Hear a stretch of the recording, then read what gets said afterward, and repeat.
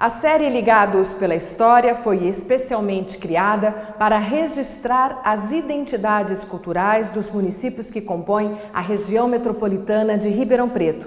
Já te levamos para Brodowski, Jardinópolis, Dumont, São Simão e Batatais. Essas cidades, com suas especificidades, guardam muitas histórias e curiosidades. Hoje, nosso passeio será em Pontal. Dessa vez, pegamos o sentido contrário e não passamos pelo Trevão. Logo depois da Praça do Pedágio, Sertãozinho é a primeira cidade. Assim que deixamos o município para trás, as placas passaram a anunciar a proximidade de Pontal. Com pouco mais de 47 mil habitantes, para Pontal crescer, é preciso que os canaviais diminuam. A cidade é toda cercada por plantação de cana-de-açúcar. E exatamente por isso que a atração cultural mais interessante é um antigo engenho que virou museu e conta a história também do seu fundador, Francisco Schmidt. O Museu da Cana fica no meio do caminho entre Pontal e Sertãozinho. Assim que a gente deixa a rodovia, uma estrada de terra nos leva ao engenho central. Para quem conhece o trajeto e gosta da história da ferrovia, dá para ver de longe essa estação bem preservada. Localizada no meio do caminho entre o engenho e a Fazenda Vassoural, o prédio evidencia a força econômica do rei do café Francisco Schmidt, um dos primeiros a investir na produção de açúcar nessa região do país. De um lado o canavial, do outro o imenso complexo agroindustrial. Essas paisagens compõem o cenário rumo ao Museu da Cana. Para completar, os trilhos que cortam a estrada remetem a um tempo em que o trem era o todo-poderoso, veículo que trazia materiais vindos de todos os cantos do mundo e escoava a produção do café e do açúcar. Aqui no Engenho Central, que virou museu, quem vai nos receber é a Leila. Ela está nesse projeto desde o começo e tem muita história para contar. Leila, obrigada por nos receber. Sejam bem-vindos todos vocês. Muito obrigada. O passeio pelo museu pode ser feito seguindo vários caminhos. Nossa anfitriã escolheu uma narrativa cronológica, mostrando desde a chegada da cana até a saída do açúcar ensacado.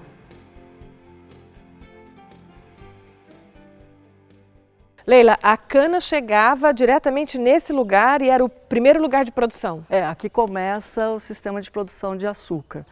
Da lavoura vinha aqui para a balança, com esses guindastes, que tem os ganchos, esses fardos de canas eram depositados numa mesa, ali eram lavadas e conduzida por uma esteira de madeira, tudo produzido aqui. E essa esteira conduzia até o galpão da moenda. E a gente está falando de que momento da história? Nós estamos falando do começo do século XX.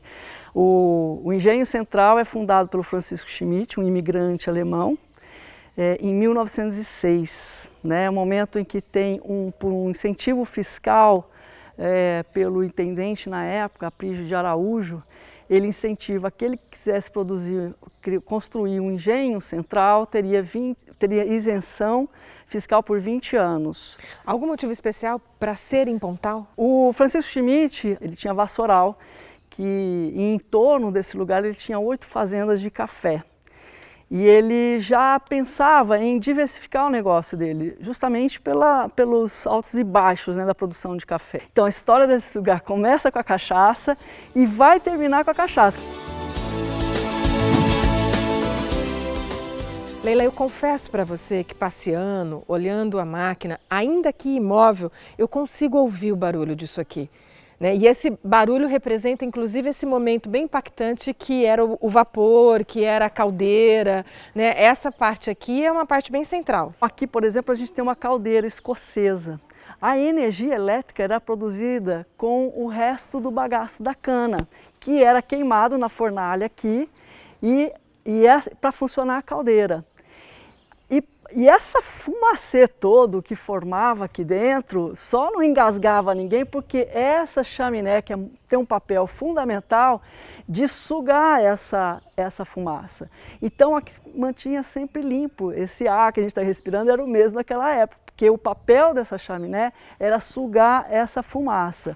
E muito interessante também na pesquisa que a gente realizou, as chaminés eram o que caracterizava os espaços, né, onde ela estava localizada. Então, de longe, a pessoa olhava para uma chaminé, dependendo do desenho, o formato dela, falava, ali é o Engenho Central, ali é a Santa Elisa. De longe, você tinha uma identidade daquele espaço onde ela estava ocupada. E chama a atenção, inclusive, do público infantil quando visita o museu. Muito demais, eles ficam espantados pelo tamanho. Teve até uma das monitorias, eu peguei um menino olhando espantado assim para a chaminé e falou, nossa, quem que colocou isso aqui? O outro amiguinho falou assim, voador. Simples assim.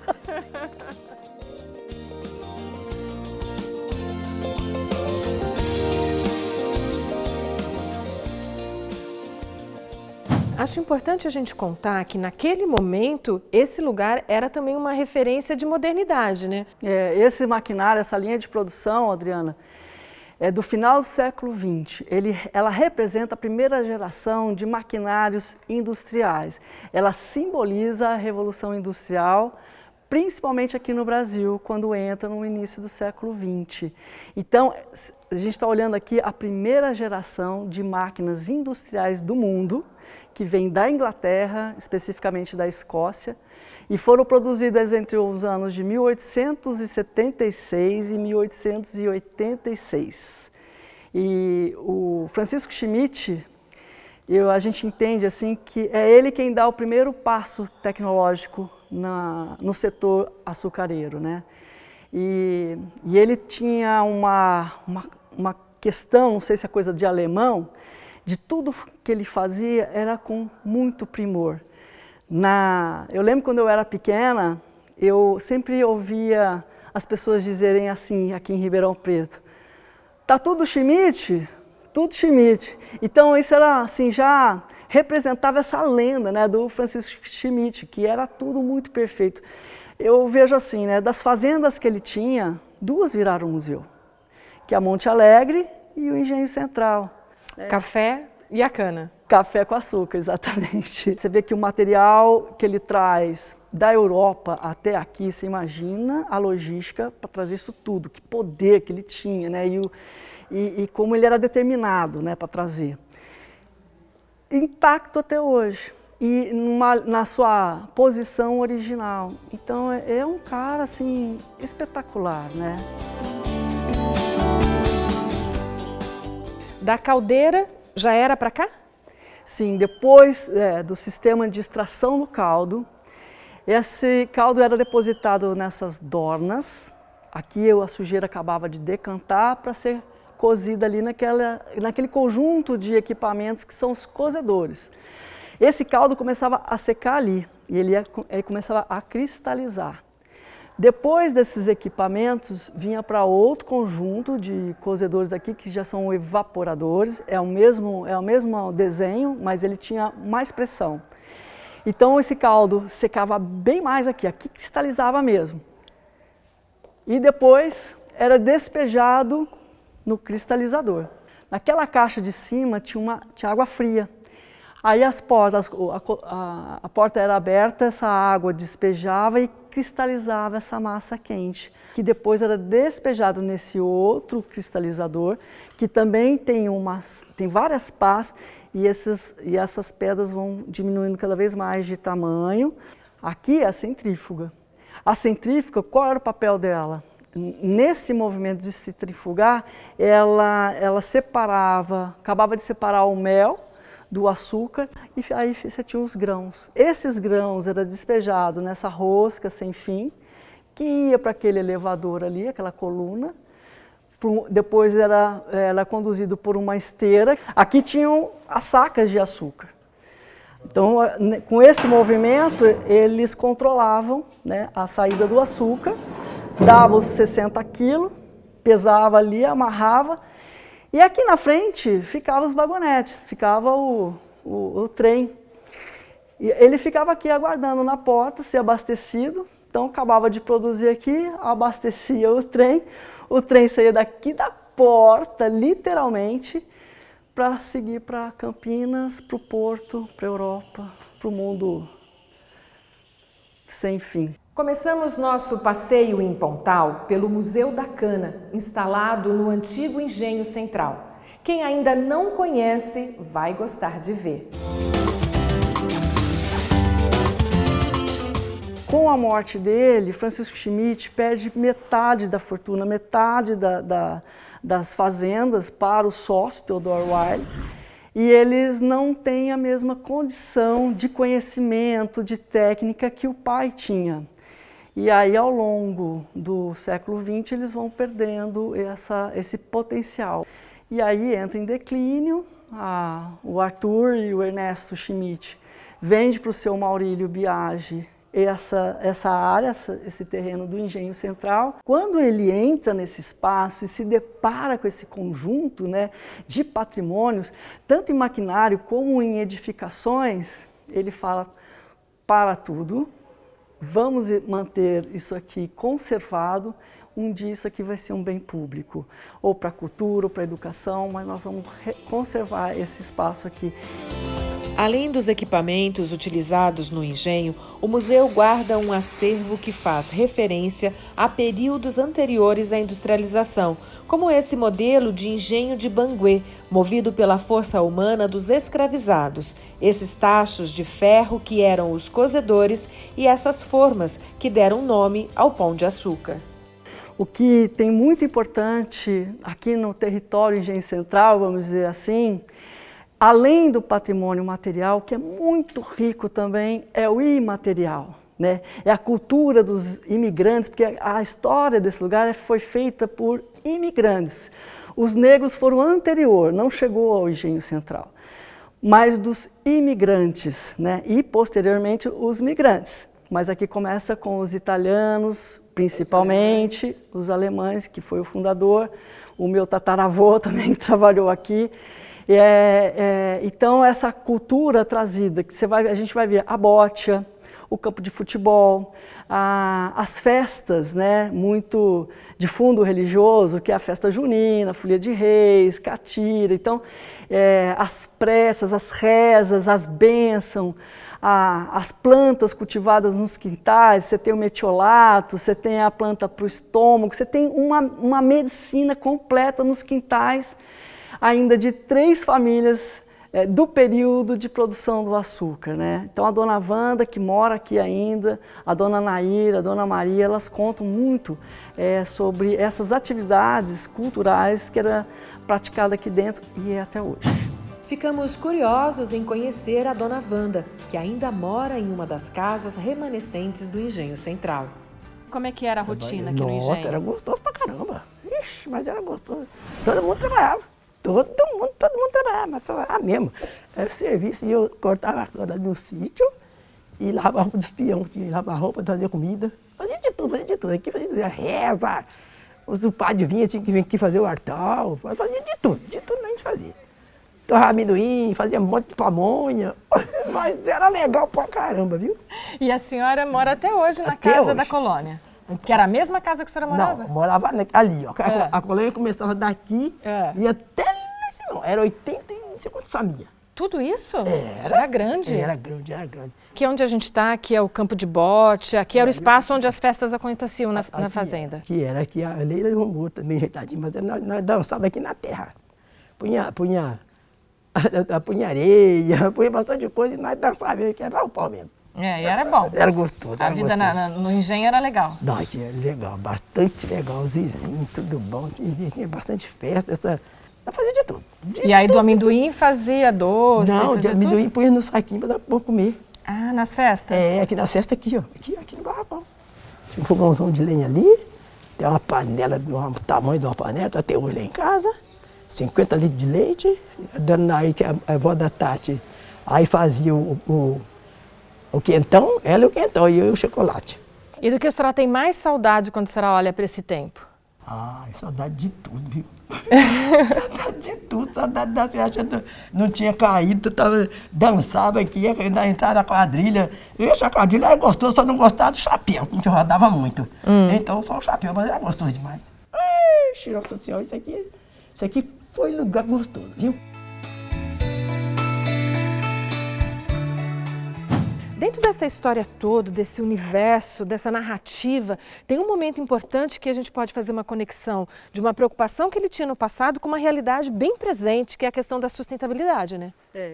Lembra que eu falei do resíduo da cana, que ele transformava isso em lenha para a produção de energia elétrica?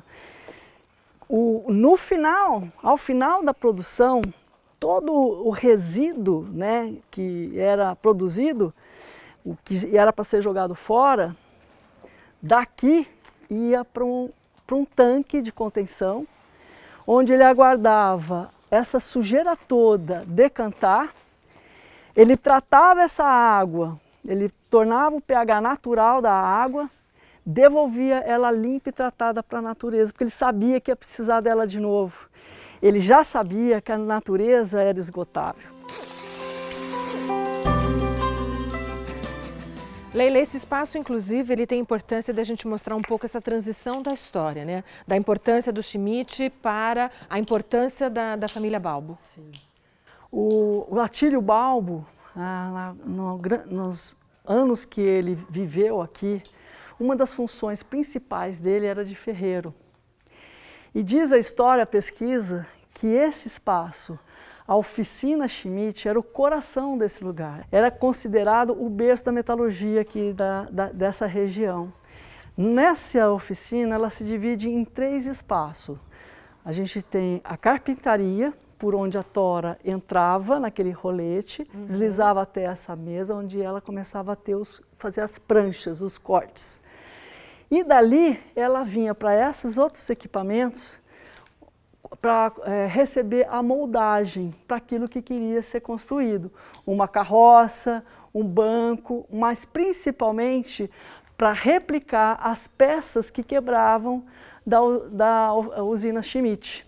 A Leila sabe tudo isso porque pesquisa já há muito tempo essa história. Mas eu quero te apresentar o senhor Jair, que conhece também muito, mas porque viveu nas usinas. O senhor é sempre a pessoa que a Leila pede ajuda quando quer saber como uma coisa funciona, seu Jair? Positivo. E aí o senhor viveu quanto tempo trabalhando no interior de uma usina? A minha vida toda eu sempre trabalhei dentro da usina. E aqui qual é o seu trabalho no dia a dia? Aqui eu sou o zelador e sou responsável de tudo que ocorre aqui dentro.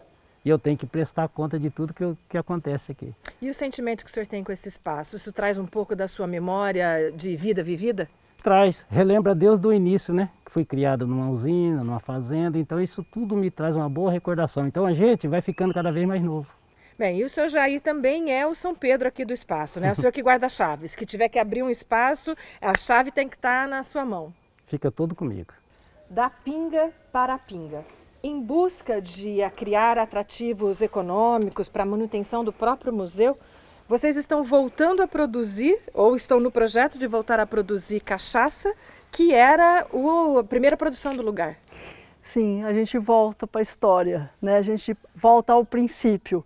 Vamos produzir a cachaça Engenho Central, uma bebida que vai ser produzida aqui, as obras já começaram, recebemos como doação toda a linha de produção, estamos restaurando uma das edificações para receber esse maquinário e vamos produzir a cachaça Engenho Central, que vai ser envelhecida em carvalho, em umburama e outras madeiras para degustação e fomento turístico no Engenho Central, justamente para buscar a sustentabilidade econômica e garantir o funcionamento do Engenho Central por muitos anos. Em breve.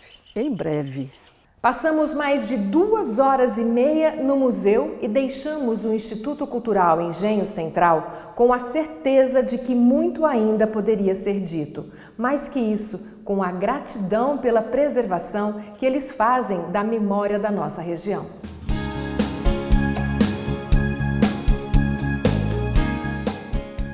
Apesar de muito perto de Ribeirão Preto, eu só estive uma única vez em Pontal para participar na adolescência de um encontro de fanfarras. Mais recentemente, eu acompanhei de bem perto a luta do setor cultural para garantir o patrimônio ferroviário e transformar em centro cultural. Mas isso eu vou te mostrar quando a gente chegar lá. O brasão do centenário da cidade recepciona os visitantes. Durante as festas de peão, a avenida vira parque, ladeada pelo ginásio de esporte e pelo bosque. Visto de cima, a pequena mata verde refresca a paisagem urbana. Mais ao fundo, o Cristo de braços abertos olha para os pontalenses como se estivesse assegurando proteção a todos. Mais abaixo, a casa de tijolo aparente afirma que no passado tudo girava em torno da estação de trem. Essa casa é uma das unidades do patrimônio ferroviário de Pontal e a Adriana faz parte dessa luta de longa data para poder preservar esse patrimônio. A luta continua, Adriana? Graças a Deus a luta continua. A luta foi acolhida pela atual administração do prefeito José Carlos e João Henrique Vice. E nós temos certeza que dessa vez nós temos um olhar diferenciado para esse patrimônio, Adriana. Um patrimônio ferroviário que é de tipologia arquitetônica ferroviarista, tanto da Paulista, na estação, como das demais casas da Mogiana, o armazém também, né? A vila ferroviária. Então, o interesse é revitalizar e disponibilizar esse patrimônio maravilhoso que pertence à população de Pontal e à região de Ribeirão Preto. O prédio fechado e em estado de ruínas reflete os desafios em manter o passado coabitando o presente. Apesar do tema restauração estar na pauta há muito tempo, sem muito sucesso, ainda há aqueles que reconhecem a importância do patrimônio ferroviário. Num determinado momento, a história do trem foi bastante intrínseca à própria história do município. Sim. Pontal já tem aí vai fazer 113 anos e o trem já veio em 1904 aqui, pelos livros que contam pra gente. Veio a Companhia Paulista e ficou até 1970. Depois teve a transição para a Mogiana. E lembrando que esse trem era tanto de carga, trazendo, levando mercadorias, quanto para viagem. As pessoas sempre viajavam em todos os municípios aqui ao redor de trem. O trem era muito forte aqui na cidade. Logo depois veio a FEPASA, que é esse espaço que a gente está, e aí pegou o poder do trem. O trem ficou para a FEPASA. E aí teve até por volta aí de 1976 e depois o trem foi desativado. Aí continuou a trilha aqui, a linha do trem, mas infelizmente com o passar do tempo, 2007 eles vieram, arrancaram os trilhos e hoje está essa área aqui, sem ter muito que ter de usufruto para a gente. A arquitetura que a gente vê aqui, ela é muito similar às de outras estações. Ela replica o modelo de arquitetura. Sim, ela replica o modelo de arquitetura e vem uma coisa muito da Europa, assim, né? Eles trazem com eles mesmos e se a informação for correta, todas as telhas, elas são francesas. Elas vieram da França, porque na época não fabricava aqui ainda no Brasil esse tipo de material, toda essa construção. A hoje arquiteta Maiana Micheleto, enquanto estudante de arquitetura, pesquisou algumas possibilidades de recuperação desse patrimônio.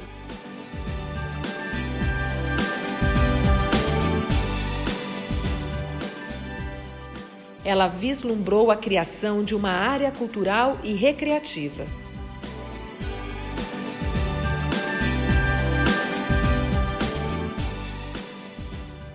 Portas enormes, pé direito com mais de 3 metros. Essas eram características de casas como essa que a gente está visitando, construídas na época em que a ferrovia era muito importante aqui no município pela Companhia Paulista. O Fernando faz parte dessa história de uma certa forma, né? Sua mãe sempre quis morar nessa casa. Sempre quis morar nessa casa. Ela passava para ir na escola e via essa casa. Era uma casa diferenciada, muito bonita, muito enorme. E ela falava que o sonho dela era morar nessa casa. E isso era quando era criança, 7 anos, 8. Você nasceu em Pontal? Nasci aqui nessa casa. Nessa casa? Nessa casa. Nasci então quer aqui. dizer que a sua mãe queria morar e no futuro da vida dela ela veio morar aqui? Ela veio morar aqui. Eu nasci, nem no hospital não foi, nasci num outro quarto que Com tem ali. parteira nessa casa. E saí dela só quando casei. E naquele momento histórico, vocês tinham várias outras casas que compunham esse conjunto arquitetônico aqui perto da ferrovia.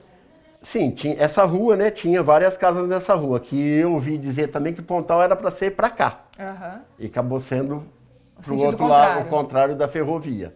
Então dizem que os meus avós contavam, meu pai, que essa casa foi feita pela companhia para um administrador vir e construir o resto todo da companhia.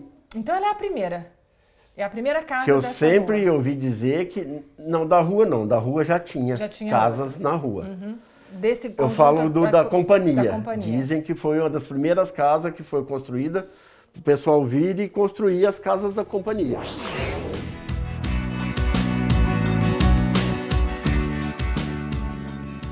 Os traços rurais do município evidenciam a presença da cultura caipira e celebrações como festas juninas e folia de reis ainda ocupam a agenda da população.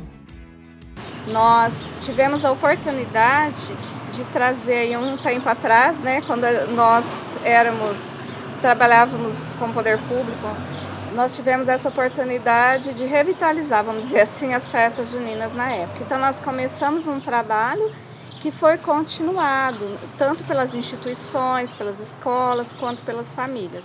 E nós estamos novamente trazendo essa oportunidade de mapear essas festas para que, tanto na questão turística, elas possam ser aproveitadas, quanto na questão de preservação e pertencimento. Outra festa que também tem um espaço na rotina, no calendário cultural do município, é a Folia de Reis.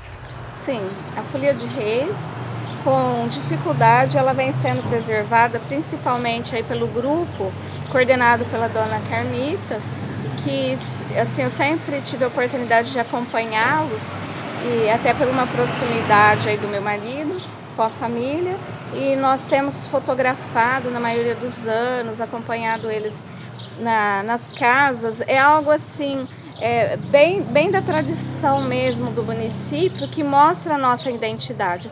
Assim como a nossa identidade, que é permeada toda por uma questão assim, caipira local, né?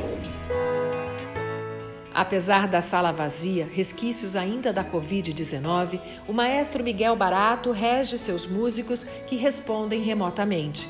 Sem poder aglomerar, as lives garantiram a propagação da música, mantendo viva a centenária Banda de Pontal. Quando começa a história da banda aqui de Pontal? A nossa banda é centenária. A gente tem notícia de músicos, grupos que já brilhantavam os festejos da época, já antes da fundação do município, em 1907. Depois, em 1908, já começa a aparecer nome de maestros, e dessa data em diante a banda nunca mais parou. Hoje ela já está com mais de 100 anos em atividade. E qual é o perfil dos seus componentes? Os nossos músicos são preferencialmente amadores, né? Porque nós temos uma escolinha de músico que repõe, fazemos novos músicos que garante o futuro da banda. Então a gente dá preferência para músicos amadores, aprendizes. Esse é o nosso trabalho. Qual a rotina de apresentação da banda? Com essa pandemia foi tudo alterado. A gente fazia um ensaio aqui na sala, em seguida ia para a praça fazer a apresentação no Coreto aos domingos. Com essa mudança atual da pandemia, a gente está transmitindo live aqui da sala. Vocês têm algum repertório específico para a banda? O nosso repertório é bem eclético, ele atende todas as idades. A gente tem música antiga, trabalhamos com músicas atuais, procuramos assim atender a todas as idades, sabe? E sua ligação com a banda começa quando? A minha ligação com a banda, eu comecei estudando música em 1957, eu estava com 17 anos, então comecei meu estudo aqui em Pontal, com a bandinha, era aluno da banda, o maestro Amir Espínola foi meu professor, e daí, de aprendiz, eu passei a atuar como músico, depois eu fiz alguns cursos fora daqui de Pontal, fui maestro da banda da Polícia Militar em Ribeirão Preto, e aí fui convidado para reorganizar a nossa banda em 1966, eu ainda estava com 26 anos. Aí desse tempo nunca mais parei de trabalhar com a nossa banda. Quando a pandemia terminar, vocês vão voltar a se apresentar no Provavelmente, tudo indica que até o final desse ano a gente voltaria a fazer as apresentações normais no Coreto. E a relação histórica de identidade entre a banda e o município de Pontal é forte? Bastante, bastante. Isso sempre foi trabalhado, a banda sempre participou de todos os momentos históricos da nossa cidade, abrilhantando solenidades cívicas, religiosas.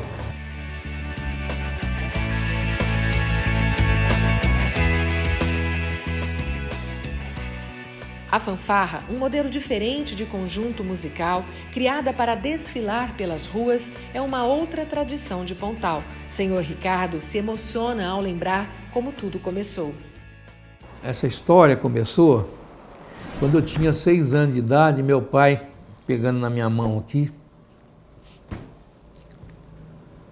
e eu desfilando aí com ele. São 70 anos. E o senhor toca instrumentos? Opa! Quais instrumentos o senhor toca? A afinação é corneta em si bemol e em fá, as duas. Ah, e outra coisa, eu procuro ensinar para as crianças para tocar caixinha, bumbo, fuzileiro e corneta. A nossa fanfarra é fanfarra simples. O que é simples? Não tem pisto e nem chave. Então, as músicas são feitas, executadas em partes. Uma afinação, si bemol toca um pedaço, a de fá vai completando e forma a música. E a história desses troféus são em competições? Aí, se ou você só de for, apresentação? competições. Se você analisar, tem diversos aí em primeiro lugar.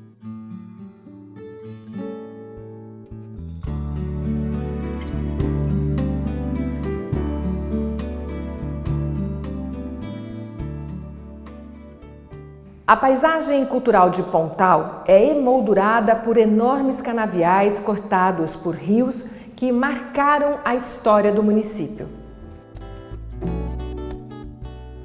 Enormes caminhões carregados de cana, indo e vindo, é uma imagem comum para os moradores de Pontal. Cercada por 3 usinas, a maior parte dos moradores da cidade trabalha no setor, direto na agroindústria ou nas atividades derivadas. Entre um canavial e outro, o Rio Pardo ainda exibe a ponte usada para garantir o trajeto do trem. Agora, elemento da história, fica ali, sem função, mas representativa de um tempo que passou, se exibindo no mesmo rio que, ao se encontrar com o Mogi Guaçu e formar uma ponta fluvial, deu nome ao município. É o Rio Mogi e o Pardo, o Rio Mogi Guaçu e o Pardo. Eles se encontram, faz um bico, aí vira o Pardão, né? Que vai para Viradouro, aí vai até o Rio Grande. Antes de ir embora de Pontal, um passeio pelo centro da cidade, ao redor da matriz de São Lourenço, padroeiro do município. O Coreto, que já foi palco para tantas apresentações da banda, permanece imponente, esperando pelo dia da festa. E se a cidade é da cana, como partir sem um caldo bem gelado?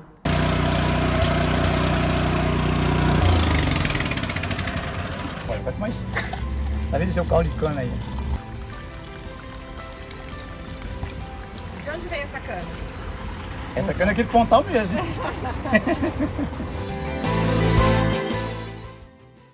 Sim, o caldo de cana estava uma delícia. A gente se reencontra na próxima visita. Até lá!